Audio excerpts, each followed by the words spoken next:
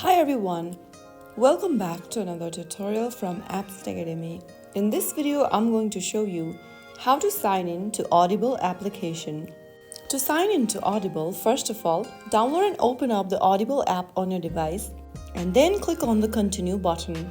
On the next page, you can then go ahead and sign into your Audible account using your Amazon account's credential. If you don't have an Amazon account, click on Create Account option and then fill in your credentials you would like to use to create an account for Amazon. If you have an existing Amazon account, click on Sign in to Audible using your Amazon account option and then enter your email address or phone number associated with the Amazon account. Once typing down your credential, click Continue. On the next page, you'll need to fill in your Amazon account's password.